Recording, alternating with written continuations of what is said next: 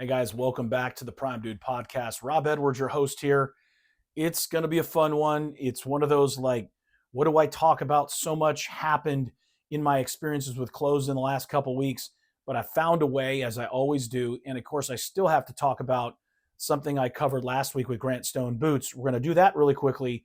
I'm going to get into a very important part of shoe care, a mistake that you're probably making because I did for a while too. And that's what this show's about, because I actually wear the stuff and I actually walk the walk. And I want you to not only learn from what I know and what I've experienced from success, but also my mistakes. So we'll cover that shoe care essential from Saphir. And then also I've got a Meermin loafer I want to talk about. It's great year-round loafer, but really nice as we transition into fall and winter, colder months. From a style standpoint, you can see it's a horsebit loafer. Got a boot back there just to talk about something I think is really critical, especially when the weather turns cold. And then some Chinos, really important pants that I think you can get your hands on. Not particularly this brand. I got something back there from Proper Cloth and also Bonobos, but the style and the weave, certain type of twill cotton Chinos that make a difference when it gets cold. So we're going to cover all of that. Welcome. If you haven't already, subscribe, hit that like button, turn on your alerts. We're growing, and that's all because of you. And as you always know, even if you're first time here, you don't, put your comments down below, ask questions, tell me if I'm wrong, challenge me. I love it because that's what happened last week when I talked about Grant Stone boots, and I got to respond to that. So 1 minute on that, Grant Stone boots.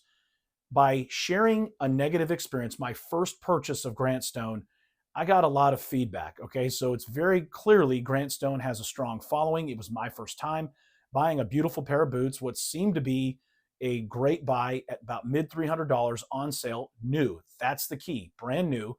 And they came in poor condition, not just scuffed up a little, not with like a surface scratch or two, things that I could take care of, shoe care that are kind of a bummer when you get a new pair. But as someone said I was being nitpicky, I wasn't. Now the video can be only so clear. I'll overlay it again because we're going to get through this in seconds. I want to move on to what I have back here. But this was my first pair. It had a puncture hole mark. It had a dent, along with other scratching and scuffing, to include like dark scuffing, like someone had walked it on blacktop, maybe on the toe. And my job is not to perform an abnormal, intense amount of shoe care on a new pair of boots. I want to unbox it like I do here in my shoe reviews.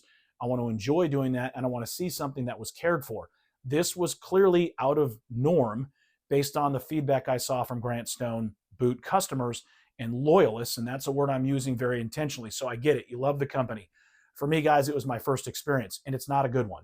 And I'm not talking about scuffs. These were damaged boots. And Grant Stone has since last week's show, pretty much admitted it over email. Now, the boots are on their way back.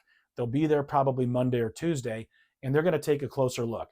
It's funny, when I first emailed the video and pictures, I think it had to be size limited, the file, because I was emailing. But when I uploaded my review based on their normal follow-up from my purchase, they responded differently. I think they could see more clearly that literally someone had ice picked the toe. Not repair. You can't repair that. Nobody can. That's not a scratch. It's a puncture. Small, yes, but it's right there on the toe. And then a dent, which I can fix with a heat gun. I've tried that recently and it works, but I don't want to with a new pair. If it was the only thing, maybe, because it was on sale, but they were new. So more to come. Will I give them another chance? It all remains to be seen. I want to just kind of understand their response and see what they're going to do after they examine the boots, which were damaged. Okay, moving on to the new topics of the show. First, before I get to Meermin and those fall style Chinos, which are different than maybe what you've experienced, you see there in the back, and of course that boot from a style option, I want to talk about Saphir products.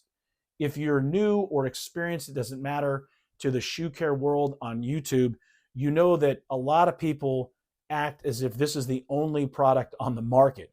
And it's interesting because it's probably the most expensive.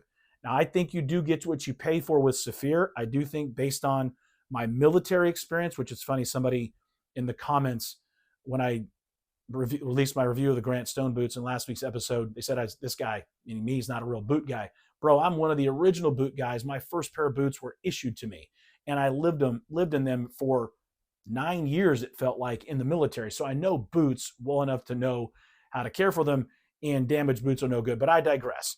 But I am not a premier boot guy or anything, but I do know there are other products in shoe care out there besides Saphir, but from what I've experienced, these are probably the best. And Renovateur is likely their most known product.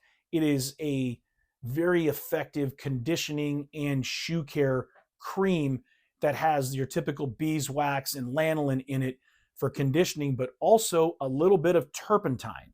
And I've noticed some of the shoe care experts that actually sell this, I think, overuse it. Not in each use. They're very smart and they're very knowledgeable. They tell you not to use too much, but not enough of them talk about that there is actual turpentine in this, which is a stripping agent. Now, it's not a lot.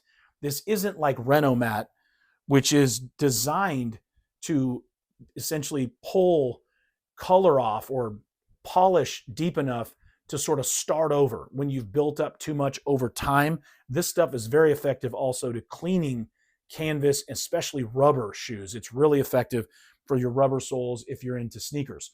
But moving on to Renovateur, you should not be using this every time you care for your shoes, not even close. From my research, they say 6 to 10. Based on my shoe rotation, that's once a year. And if the shoe has burnishing or patina, I'm reading more and more. The first I read was Cobbler Union. When you read about their shoes and they talk about shoe care, they say do not use this. Any time of patina or paint design, as you say, coloring, special burnishing like museum calf, you should stay away from this. There is a risk that that little bit of turpentine in Renovateur can actually damage that coloring and strip it, because that's what turpentine does. Heavily concentrated turpentine is a chemical strip agent.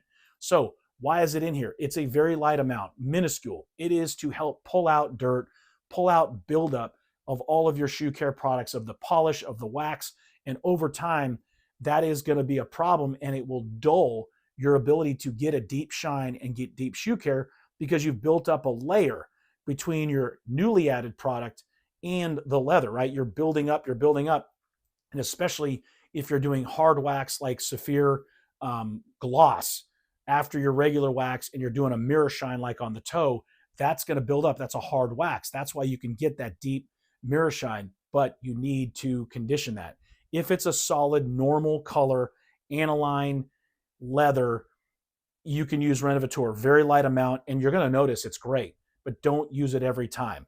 When you polish shoes or when you do shoe care, you should really only be using some kind of basic beeswax cream. This is something Herring Shoes sends with every pair of shoes I've ordered from them, whether they're the Carlos Santos line or made by Carlos Santos or their own English product. They're going to send you a basic shoe cream care, right? It just says shoe cream with beeswax, which pretty much all of them have, that you can use essentially every time you wear and you want to do your shoe care afterwards. You can do that. Or as I do many times with black shoes like this, I have black Saphir cream polish, and I will brush, of course, using typically my yak hair brush or horsehair brush first, and then not apply anything but this. And then maybe a layer of the regular wax polish from Saphir brush, and I'm done. Especially if it's not a cap toe or semi or quarter brogue, I'm not really doing anything to the toe otherwise, like a mirror shine. So I'm going to keep these products to a minimum. You start doing too much. People do this because I did years ago, Renovateur, then the shoe cream polish, then the wax, right? Regular wax polish, which is this with the black lid from Saphir, right? Then you move on to a mirror shine gloss on the toe, which is the same looking tin. I don't have it out. I have a bunch of them back there with the clear neutral looking top. That's a lot of product. Imagine doing that everywhere. And if you're wearing a pair of shoes once or twice a week, and at the end you're doing that kind of shoe care, you're adding too much product. And then, especially if you're using Renovateur, you're kind of starting over with that turpentine. And if you have patina on, especially, you could over time damage those shoes. So I want to put out kind of that public service announcement. Any of the best things I know come from the experts, come from people that make shoes, and they're starting to express their concern. Maybe they have for years. I just didn't see it, about the overuse of Renovateur. So be careful with that. Okay, it's time to talk about the Meermin shoes I have in the back. These are their horsebit loafers in their full grain calf leather from Tannery d'Annonay. And they are pretty fantastic. These cost me $220 US. They are closed channel stitch soles. These are their flex welt. doing the research, trying to read exactly what they mean. It means, flex welt can typically mean they have a thinner layer of that canvas leather gemming that creates the welt that sews and essentially connects the upper and the insole to the outsole. That is not, I don't think, gone with this. I think it's a little bit thinner with Meermin shoes, but they also have just a thinner outsole, and they have they have essentially a softer heel and toe to it as opposed to their regular leathers. These are unlined. And so they built these to feel like a Blake Stitch shoe, but be easier to resole like Goodyear welting. So it's their flex welt, and they are very comfortable out of the box. Meermin has been so far pretty true to size for me. These are a US 10.5 as they size it a UK 9.5. Now, what's really interesting, of my Meermin shoes, the UK 9.5 have worked. And this is the same last as my first pair of loafers. I had them in tan, the Nova Last. But this pair felt extremely tight, tighter than even loafers should fit. So I want to share that when you try Meermin on, even though it might be the same last, this felt tighter. I don't know why. Both shoes have leather soles. Both have the closed channel. I do have a rubber sole loafer, actually a horsebit as well. That's UK 9.5 for me, but I had to go up with this one. And they exchanged it real easy. Are they a tiny loose at first? Yes, but with loafers, if you have minimal heel slip in a high quality leather, they're going to form. And that's what these have done. These have worn nicely. They fit excellent. And they're a great fall and winter loafer because black is so darn versatile. And I just love it in the colder months. Horsebit adds a touch of business to the casualness of an apron stitch loafer. Meermin does such a nice job for the price point. I can understand now why they're so popular. I love their return and exchange options. They actually do exchanges, unlike companies like Allen Edmonds. So my first experience, talked about it before, I did a short on it. I was not happy. They did a whole cut. I exchanged it twice. Both had been really worn pairs. There wasn't a lot of scratching on the outsole, but there was too much on the upper. They gave my money back, and then when I gave them a chance with the loafers, I've had a really good experience. So you got to love this full grain leather. You got to love Annonay. And if you want something a little bit different, I do have a pair, and I'll overlap a picture of their soft calf. It's an even softer, more supple, or I say supple, more textured leather in a rubber sole. They're kind of city rubber sole that's also flex welted. And I do know that pretty sure the flex welt also is they use like foam instead of the cork in their sole construction. And they're super comfortable. You can feel they're very light. And even though they're light for a winter loafer, especially fall, they're going to be great. But those rubber soles, soft calf, are a little bit more casual, as you can see in the grain and how that looks. It's not quite pebble or hatch grain, but it has that sort of textured grain look to it. Great options from Meermin. They've held their prices pretty impressive. I do know that as the tariffs approach for China, because these are made in China, and Meermin's famous for keeping their prices down because of that, they did front load a lot of their shoes, a lot of their popular models to their California warehouse where they ship from. So they've been able to kind of do what Southwest did years ago when they bought futures in fuel. And when fuel prices skyrocketed, they were able to keep their prices down. Meermin did a good job doing that. You know what, like Blackbird's doing is they're actually opening up a US website and doing the same thing, having some stuff stocked here so that they're not having to pass everything on to us with the current tariffs. Great shoes from Meermin. Very happy with them so far. Might do a full deep review, but as you can see, I've walked in them already, very comfortable, and I really enjoy styling these. They're very versatile. They're black, and the horsebit adds just a touch of class for your business casual and sort of snappy casual outfits. Okay, on to the pants, and then we'll talk a little bit about the boot in the back.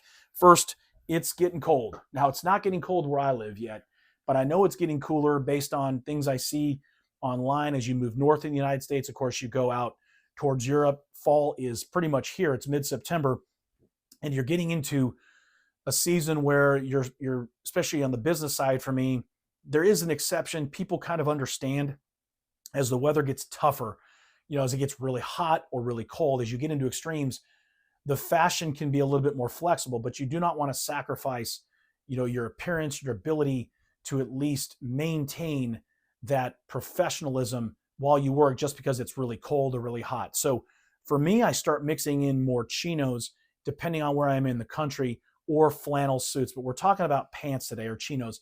And I'll start off with a pair that I have from Bonobos. These are your regular cotton chinos. This is kind of the baseline, year-round chinos, a regular twill cotton. Now they add a little spandex. This is like, they call it their gosh, it's Congos, I think. It's like their light brown. Yeah, this one. And this is the Bonobos pair I have. These are going to be something you can wear year round.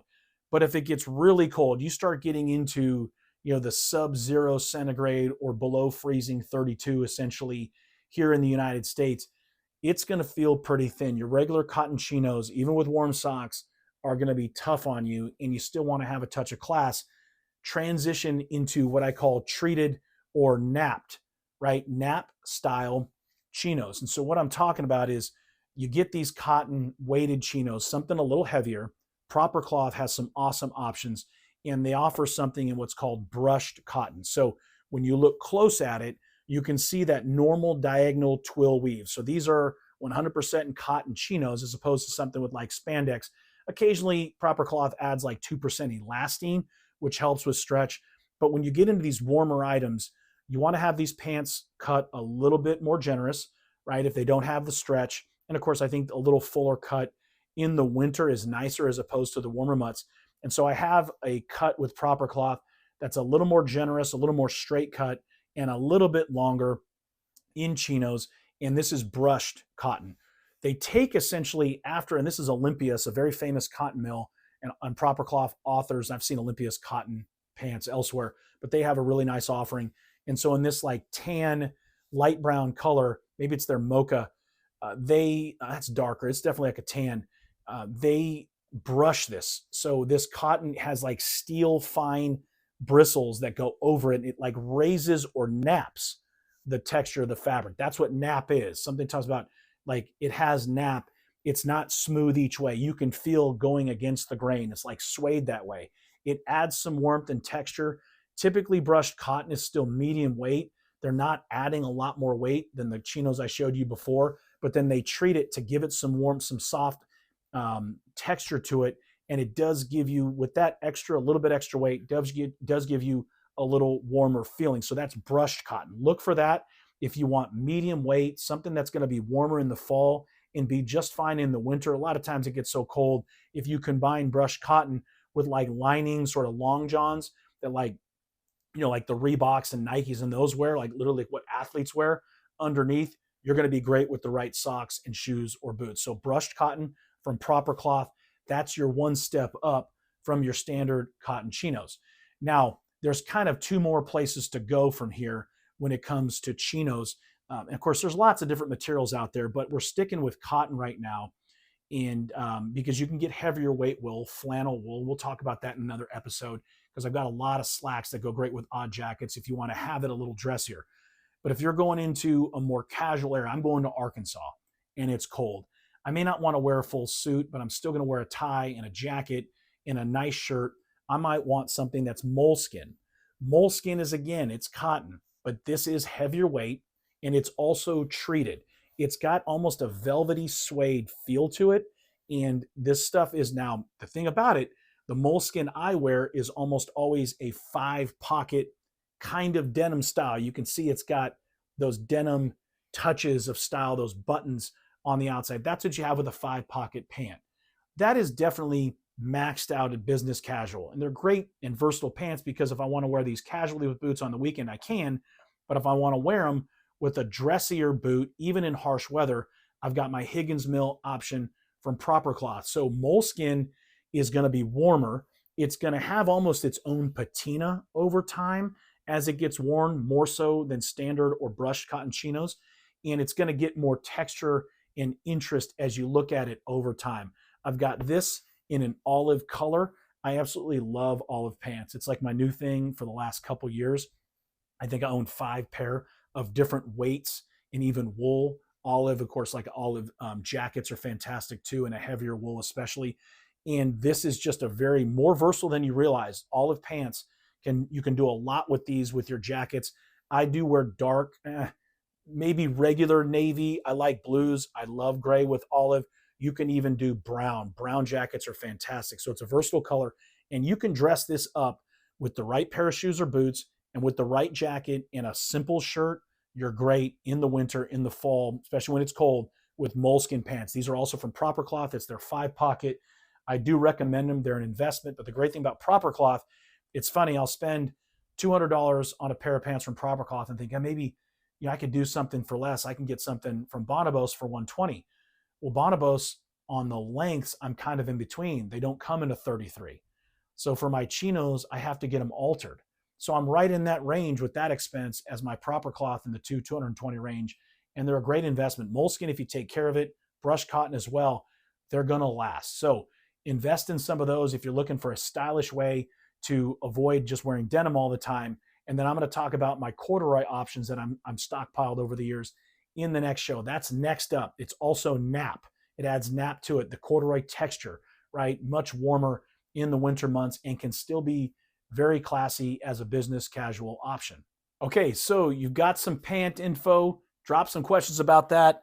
Let me know what you think about brushed cotton Moleskin. It was new to me a couple of years ago. I kind of went from regular chinos to corduroy, and those two have been a nice in-between option. Really like what I'm getting from Proper Cloth there. Okay, so the boot. It's something, I made this investment it's been about a year and a half when I knew I was going into, it's actually winter, middle of winter, I got these on sale from Edmonds. This is their Hamilton weatherproof dress boot. This is their regular brown. They also offer it in chili.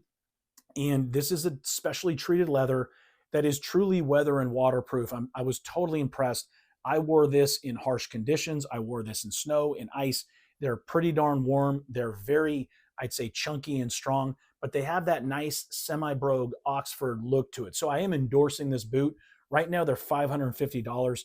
You should not have to pay that. The price is up. I've never seen them that high, but they go on sale in October, which is next month. So 2 weeks from now, Edmonds has their sale. I'm almost certain these will be marked down. Hopefully, low 400s. I think it's worth it if you need a dress boot regular in the fall and winter. This thing is a day-night sole. Again, it's weather and waterproof. It shines nicely, but you're not getting a mirror shine with this.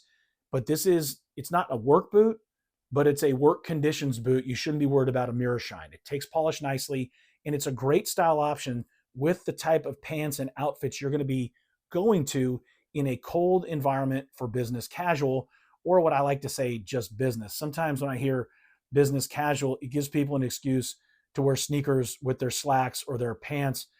Even if they're dress sneakers, I'm sorry, that's just casual. And it could be considered snappy casual. That's what that is. For me, it goes from snappy casual to business and kind of business formal. So for business, this is great. If you got to say casual, fine. They're a fantastic option. Again, boots like this, anything that has this Oxford semi-brogue with the medallion look, it's going to be very versatile. You could, if you're wearing a flannel suit with like some plaid options, I think in the weather conditions, you're wearing a warm, textured flannel wool suit or a thicker cotton suit, this is fine. This is dressy enough. No one's going to care because the weather's tough. If you're looking to be a dandy, if you're looking to be somebody that peacocks around when the weather's cold and you're willing to freeze, you look not practical in business, and I think you look ridiculous. I'm sorry, but folks that are overstyled and too coiffed and conditioned in the winter months doing business, like I've said before, I hope people focused on that when it's cold are my competition, because these are built for business. This is the only option you got to bring on a tough trip if that's how you want to go. You don't want to have to pack shoes or throw your sneakers in there for working out. This is all you're going to need if you style it right. It's brown, and it's a darker brown, so it's going to go with navy blue. It's going to go with gray. It's going to go with just about any odd jacket, shirt, and tie pairing you're going to have. So I do endorse this boot. I love boots like it, and I also love dressier boots where I can wear them in colder months, and I'm pretty sure I'm not going to run into harsh weather because they're not going to have treated leather like this. They're going to have regular box calf, full grain calf leather in a beautiful dress boot, and I've got a few that I'm going to be reviewing as we get into boot season. So that's the show. Again, guys, don't use too much Renovateur from Saphir. It's a fantastic product. I want to close with that. I love it. I mean, it can really condition and almost shine up a shoe on its own after you put a lot of product on it. Ask me questions about the pants. 5-pocket are a great way for a dressy option. 5-pocket types, as long as they're not jeans, they are. And jeans can be dressed up too. But in a business setting, I do think 5-pocket in a corduroy or like the Moleskin I've showed you are very acceptable options. Again, pair it with a nice jacket. Meermin's done a great job with these. These are fantastic horsebit loafers. It's tough to find gold. I do have my Anthony Veer. I've talked about it on a podcast before. I am finally getting a chance to try out their dark brown loafers. Those are also Goodyear Welt at Anthony Veer. Dabbles in both Goodyear Welt and Blake Stitch. That is coming. I'm wearing those next week. So any questions, any recommendations, guys, drop it down below. Like, subscribe, turn on your alerts. Thanks for tuning in. I love the guys that come here every week and even give me a hard time. And again, sorry about the Grant Stone thing. I didn't want to get people defensive. It's a Chinese product, I guess. I mean, Americans are owning up to it. So it tells me I've got so many Americans that are Grant Stone boots fans. I probably got to give them another chance, and I probably will. Just going to see what customer service does. Thanks for all the pointers, guys. Thanks for the tips and everything. Questions down below. And as always, stay prime.